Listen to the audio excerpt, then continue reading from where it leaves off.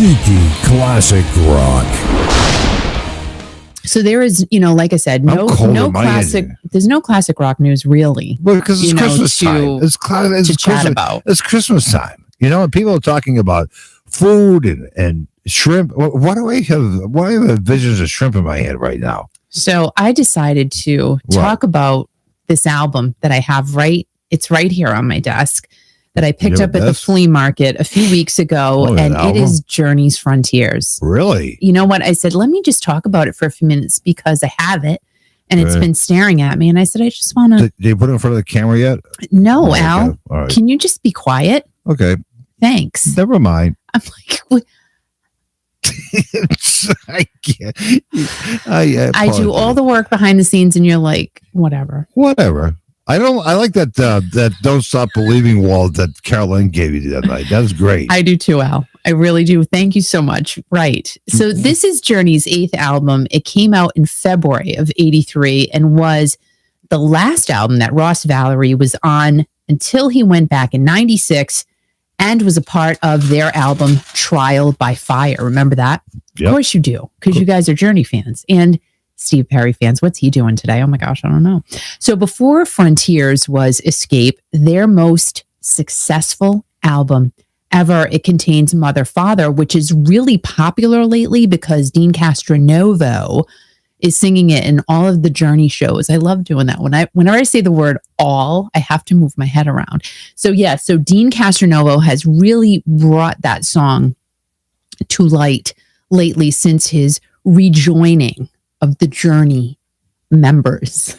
I'm not supposed to twirl my head when I'm saying members, just when I say all, but I don't know. I just felt like... Can you do that again? Because your hair kind of like wishes and way. It's kind of neat. You look like a flower child from the 70s. I mean... And if you haven't heard Dean sing Mother Father, just go ahead and YouTube it because he's just pretty incredible. Now, this is the album that contains the hashtag song everyone refers to pretty much I see it at least twice a day. Yep. DSB. Don't Stop Believing. I mean, and that's really our mantra of this group of wonderful folks that we have here all of the time. Now, again, great album that gave the guys phenomenal hits. But next came their album Frontiers, which hit number 2 on the Billboard 200. And contains a song that was played possibly at everyone's wedding on the planet, Faithfully. Really? Now, Faithfully was written by Jonathan Cain and is looked at one of the greatest power ballads to ever grace our lives.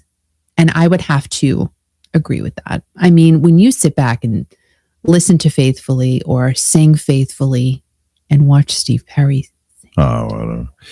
But help me. Well, I agree with you, Kiki, because I did weddings for years, and I played Faithfully almost at every wedding. Of course you did. I played that. I played What a Wonderful World by Louis Armstrong. Oh, that was a big one, too. I played Engelbert Humperdinck. But we're talking about Journey right now. So thank you for giving us your 2.5 I was talking about Journey. I was talking about Faithfully, and I put it up there with Louis Armstrong. That's what I was doing. It's an iconic song, which you're saying to everybody, and I put it up there with Louis Armstrong. Right. Now, Jonathan Cain is said to have written Faithfully in a half an hour on a napkin while riding on a bus. That is exactly Faithfully behind the scenes in a nutshell. But I can't do anything on a bus. I've never been able to read on a bus. I've tried. Right on a bus, can't do that. But you know what, guys? I haven't been on a bus in decades. So maybe now, if I went on a bus, maybe I could read or write on a bus. But I just don't know. So let's go ahead. Let's take a look at this wonderful album. I haven't even looked at it. Can I say something? To be quite honest. Can I say something before you show the album? One, you said Jonathan Cain wrote that song on a napkin, right? Yeah. Allegedly. Okay. Did he use the napkin afterwards to wipe his face? I don't know. I haven't talked to him about that. But so here is this wonderful album that I got at a flea market a few weeks ago. It's in, fine condition. There is definitely wear on the cover. Wow. I paid $6 for this album. Wow. That's beautiful. And let's go ahead and take a look. Beautiful. At it, because we can. That's gorgeous.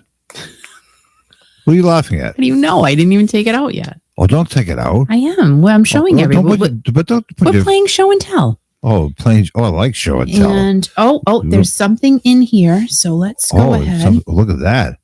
Unveiling of the Journey album. So now here is the album, which is beautiful. I did quickly look at that because I want to make sure. First of all, the album was in there. I wonder if there's any money in that. And album. Second of all, I wanted to make sure it wasn't scratched. Wow. This is Unveiling of Frontiers album. And this album, you know what? I'm not even going to take it out because I literally don't even think it was ever taken out of the sleeve. So let's put it back in there.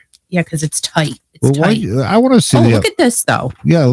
So here's the little inside jacket. Oh, look at that. Which is, I don't know if you guys can see. That's pristine shape. Well, it's not pristine. Don't put your fingers on the album. Be quiet. Okay. And then on the back, look at that. Like notes and everything. Who's that? I see. Is that Dean? I don't know. So wait, look at Steve. They're all in parachute jumpsuits. Yeah, I hope they open up. So wait, can we see? Look at that. There's Steve. I can't see because you have a face towards you. Steve's looking at you. And then who's that? Neil? Jonathan Kane? Who's that guy in the middle? Is that Dean? That's not Dean. Who is that down below? Wait a minute. So there's Ross and Steve. Wait a minute. That's Ross. Who's that guy in the middle? So there's Ross, because Ross and Steve kind of look alike. Who's the guy in the middle? So would you freaking hold on a minute? There's Ross and there's Steve Smith. Oh, Steve Smith. And hold on. And there's Jonathan. Yeah. Like he's just. That's not Jonathan. That's Ross. That's Jonathan. But it's Jonathan right here. You're a little delayed. Jonathan. Okay, I see. Okay. And then there's Neil. Right. And he's like, hi.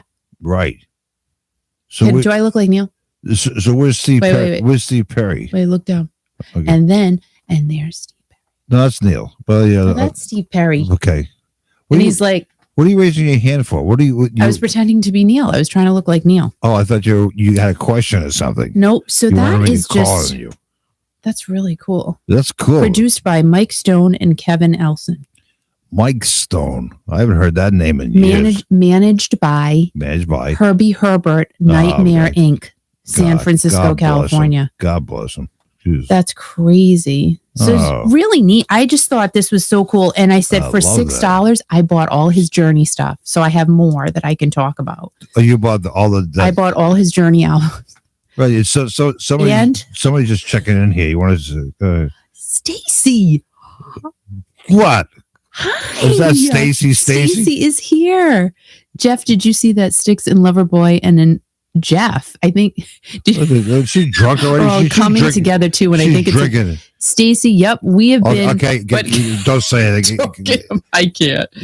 So, anyway, also, you know what? I purchased another Steve Perry Street Talk album, and Al goes, "Why are you buying that? You already have one." And I said, "Well, you know why? Because it's $6." So I purchased it again, and I think the one that I purchased at the flea market is in better condition than the copy that I have. And now my nose is running again. Nose is running again. So what I'm going to do is put this back in here. So guys, tell me what your favorite song is on this album. And let's go ahead and let's read the set list here. Separate Ways.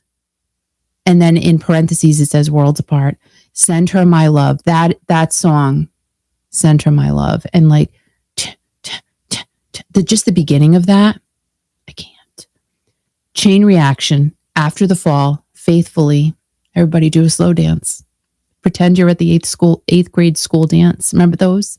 And all the boys would be over here and all the girls be over there. And then you had the bold girls, right? Who would go across the gymnatorium and ask that guy to dance, the one that you wanted to. But no, she had enough chutzpah to go ahead and walk across that empty floor and ask him to dance with her. And you know what? He said yes. Because you know why? Why? He knew they were going to make out after the dance in the parking lot. No, it's not true. He knew that was going to happen. So he's like, yeah, come on. She wants me. Really? She wants me. And we're going to kiss like nobody's business in the parking lot. And then from there, they're going to No, this is eighth grade, Al. This is eighth grade. Calm yourself down. That's where it all starts to happen in eighth grade. No. What grade? Ninth grade?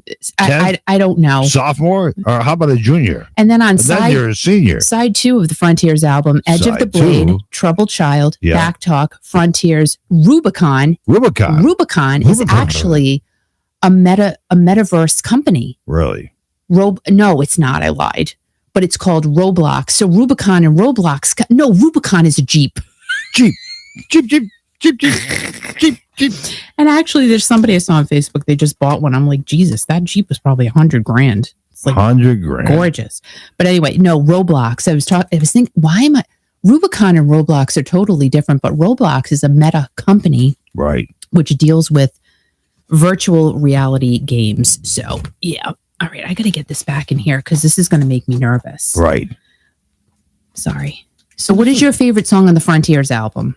I'm going to, Faithfully, of course, because that is just an amazing song. What other hits are on that album? I just told you the list. Oh, were you not listening? I was doing technical stuff. You weren't. What technical stuff were you doing?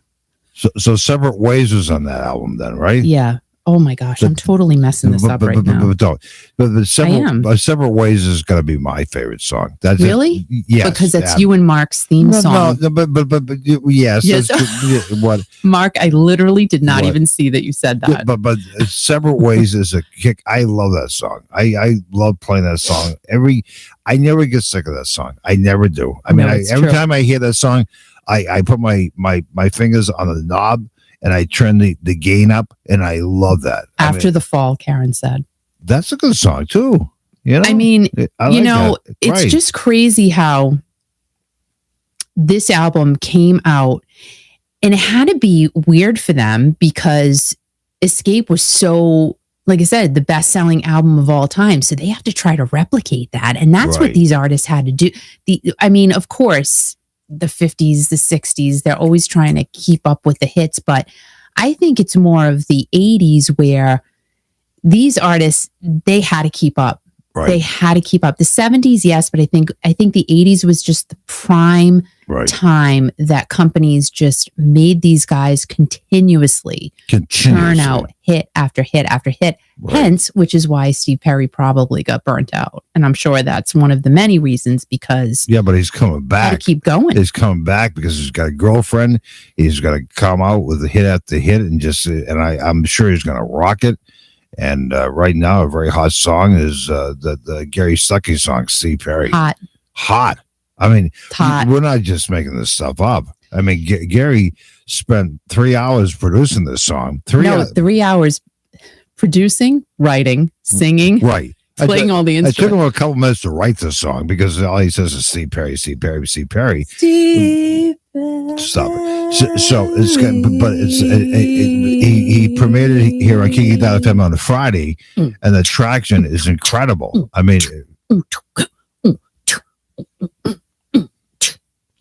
What is the matter with you?